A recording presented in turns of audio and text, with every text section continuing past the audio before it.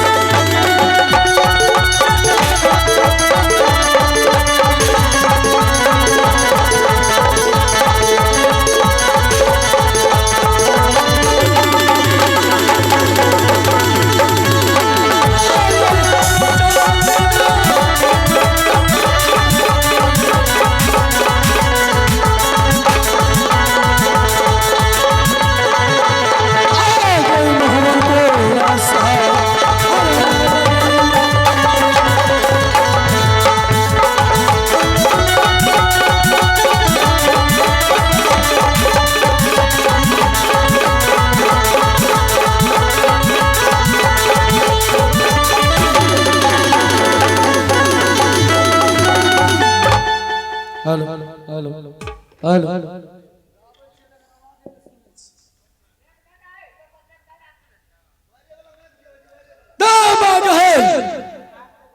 आज ठीक वही दिन वही समय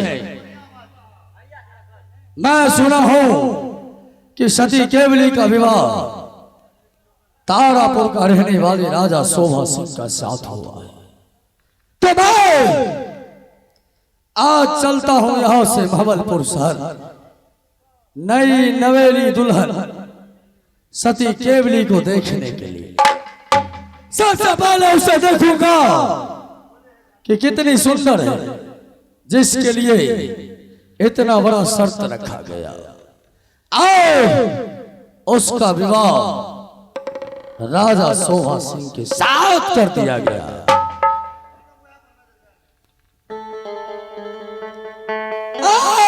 चलो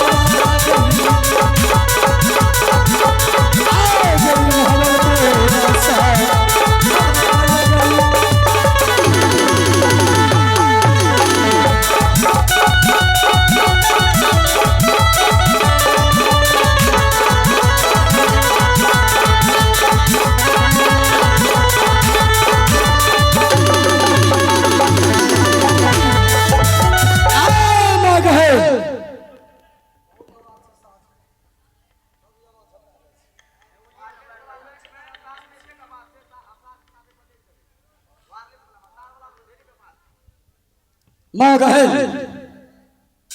मैं देखता हूं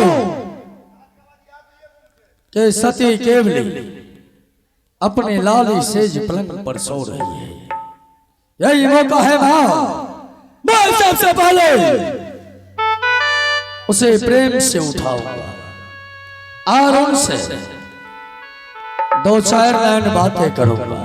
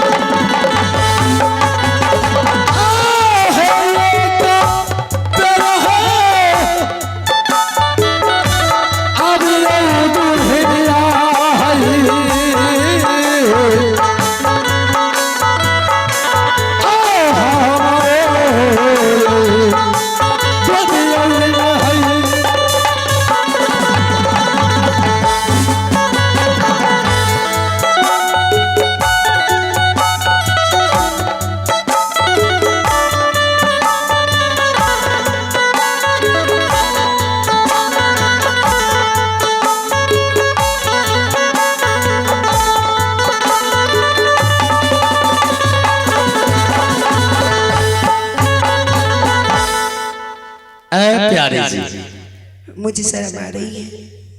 शर्म आ रही है? हाँ हमसे शर्म आ रही है? हाँ। देखो, हमसे शर्माना नहीं है, इसलिए नहीं कि आज भले तुम्हारे शादी कहीं और हो गया, लेकिन पहला पति तुम्हारा मैं ही हूं। प्यारी जी, थोड़ा घूंघट उठाकर हमको चेहरा दिखा दो, हम देखने के लिए व्याकुल हो रहे हैं मास्टर साहब।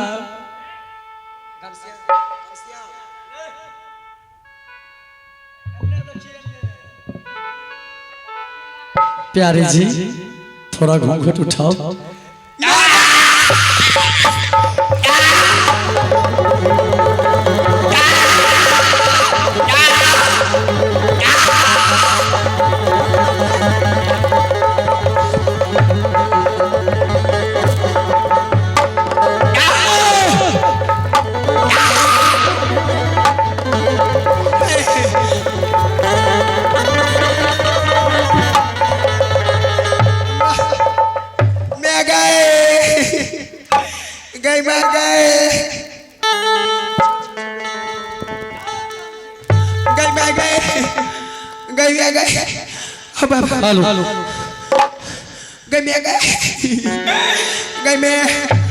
मास्टर जी, आयो ई के छियै यौ?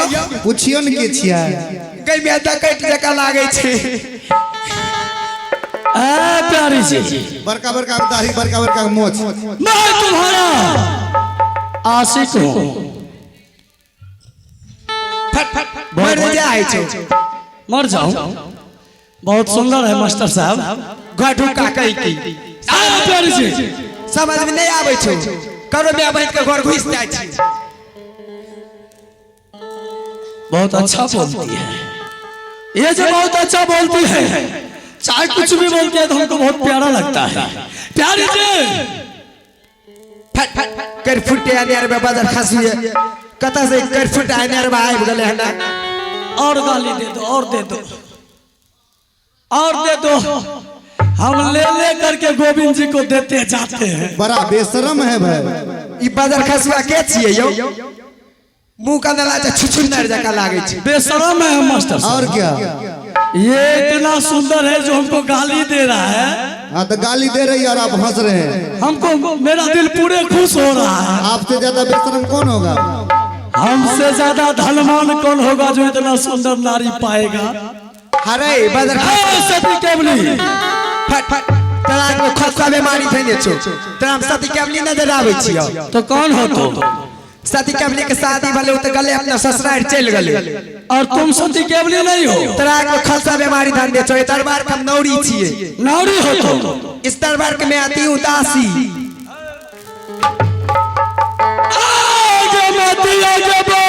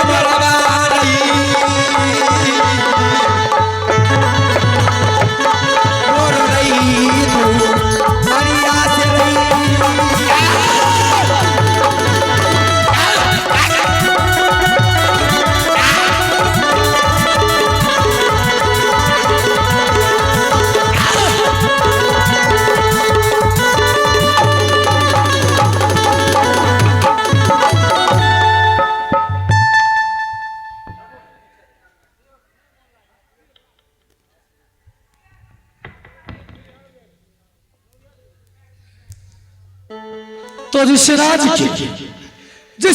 पटरानी को नारी इतना सुंदर है वो रानी कितना सुंदर होगा। सती केवली तुमको पता था कि बाला राम जो चुनौती देकर गया था उसको पूरा करने के लिए अवश्य महवलपुर आएगा। इसीलिए तू अपने कहवर घर में ना सो करके कहीं और महल के अंदर छिप गई है। तो मैं इस महमलपुर को चारों ओर तुमको ढूंढता हूं।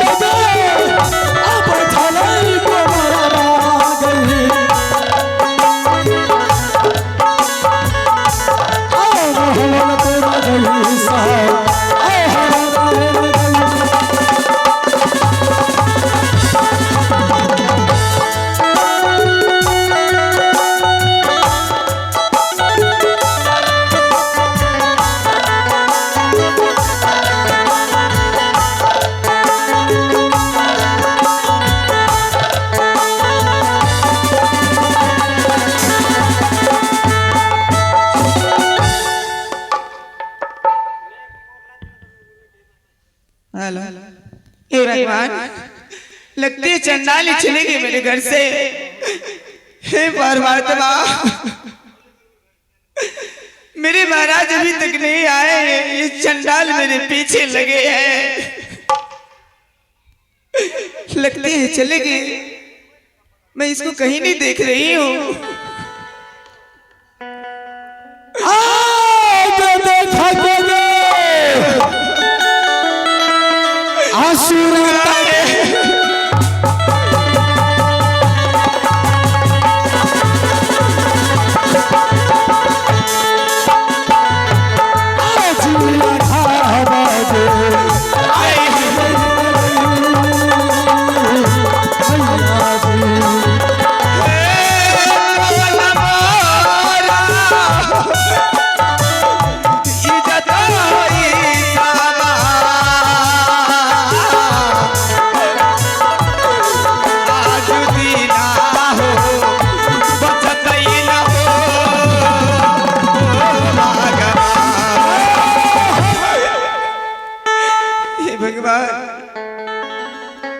वाह, बहुत सुंदर, ऐसी सुंदर लगती हो। क्या तुम सती केवली हो?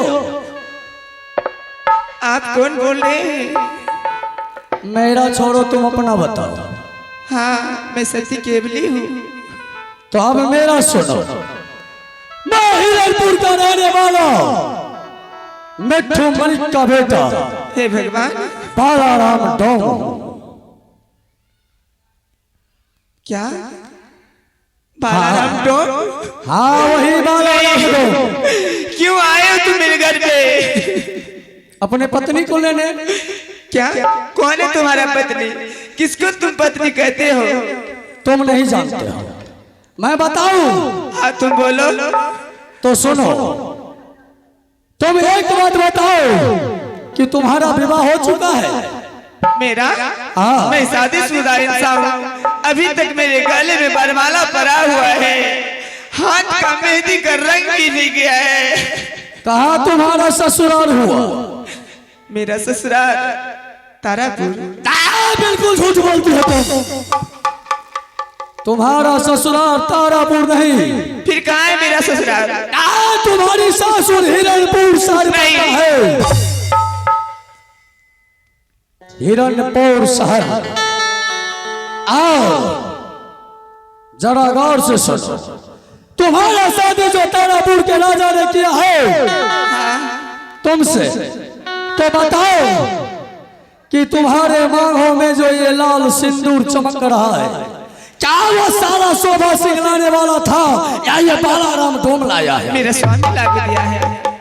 नहीं, ये सोना सिंदूर है जिसको लाने वाला ये बालाराम डोम। नहीं, मैं नहीं मानती इस बात को। और दूसरी शर्त, जिस लाल मिट्टी से तुम्हारे पिता राजा महाबल सिंह ने तुम्हारे विवाह में मरबा को भराई किया, वो सवा मन लाल मिट्टी लाने वाला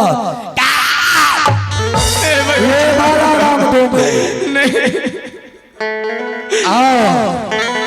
जिस झरने की एक घड़ा पानी से तुमको नहलाया गया, वो झरना का पानी लाने वाला ये बालाराम डोम है।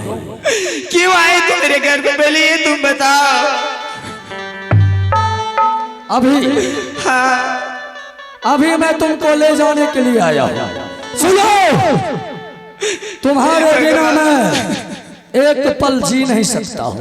अब तुम सोच लो कि जब बालाराम डोम तुम्हारे बिना जी नहीं सकता है, तो तुम तो बेगर पाए मर भी नहीं सकता है। काफी ले रही बोलिया दोबारा,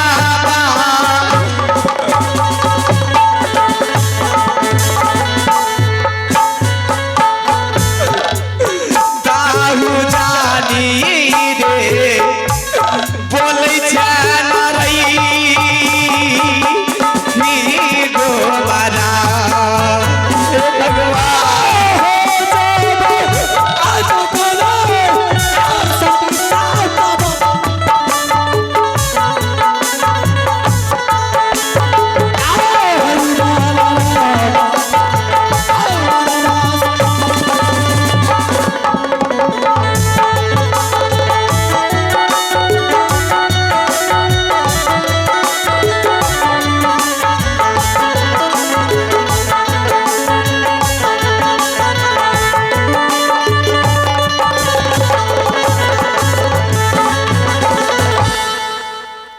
प्यारी सी किधर गई हो?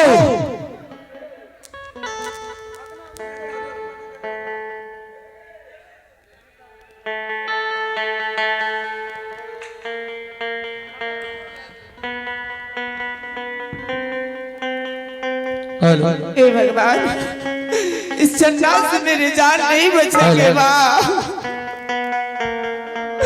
ये कसाई मेरे पीछे लगे हैं।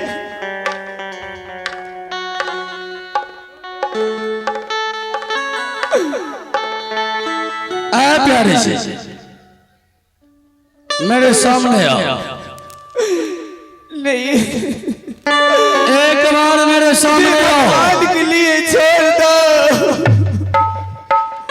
मैं और तुम्हें छोड़ दो, क्या वो मर्द दूसरा होगा जो अपने बीवी को दूसरे मर्द के लिए छोड़ दे? मैं ऐसा सर हूं कि तुम जिससे शादी की हो उसको हरामजादे को नस्तो नाबूद कर कर भी मैं तुम्हें अपने साथ हिरणपुर शहर ले जाने का ताकत रखता हूं। के नाम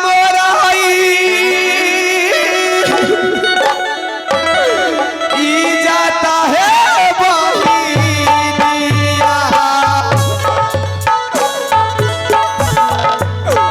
आज मोरे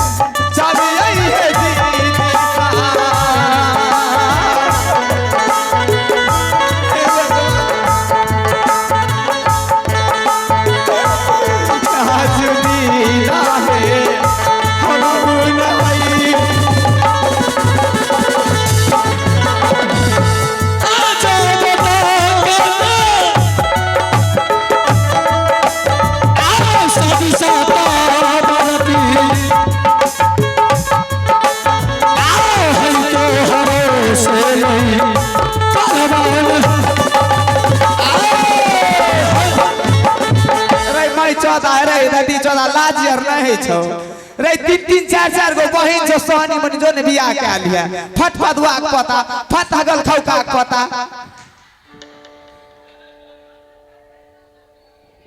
कुल खानदान गिरल छो गिरले जका ने बात कर रे घनश्याम मास्टर साहब जी झूठ खाए वाला पतवा के पता उसी लड़की का भाई है ये लड़का हाँ जिससे मैं विवाह करने वाला हूँ। केवली का भाई है घनश्याम घनश्याम। ये उसको गाली सुना रही है। ऐ प्यारी जी तुम इतना सुंदर हो ना मुहे को था कुछ दो बहिन चाचा सती केवली यूं तो तुम मचल रही हो अभी इस भरी पंडालों में। तोरा बाप के जमीन पर तुम अपनी बाप के राज पे हो पर यूं तो तुम मचल रही हो इस भरी पंडालों में और जी करता है बाबा राम दोनों को कि उछल कर चुमा ले ले तेरे दोनों गालों में। रे भाई चाचा सुन ले हमरो गप तू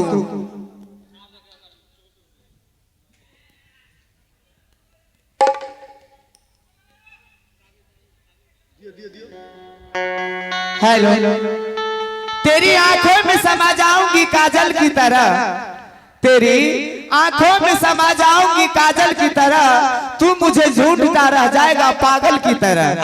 प्यारी जी ये नजरे ना होती नजारा ना होता और दुनिया में हम जैसे आशिकों का गुजारा ना होता। क्या ना जन्मल को बैठ खाओ की सबकी जन गली अलौली भरना शत्रुघ्न सिंह जी चलिए उनकी ओर से ठीक 31 रुपये के पुरस्कार आए हैं। सती केवली से ब्याह करने के लिए भैया धराधर पड़ रहा है आज ब्याह मेरा पक्का होगा। प्यारे जी नजरे ना होती नजारा ना होता और दुनिया में हम जैसे आशिकों का गुजारा ना होता। हमें क्यों कहते हो कि बारा रामदोन फट माई चादा मेरा पीछा छोड़ दो जाके खुदा से कहो कि तुम जैसे हसीनों को बनाना छोड़ दो। आय गाय से तोरा घिना देबो रे पावन पुरखा के घिना देबो तोरा हे जब तक दे आशा दूता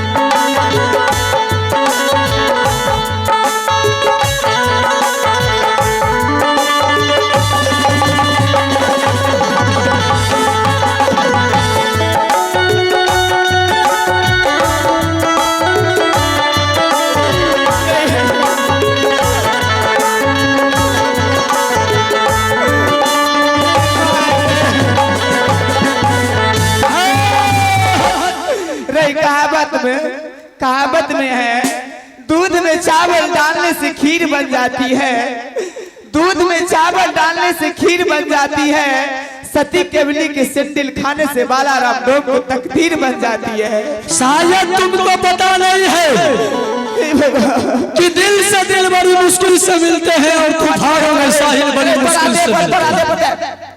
थूक एक बार और थूक ने फेंको रे पात। घनश्याम जी, मेरा साथ पुष्ट तर गया आज।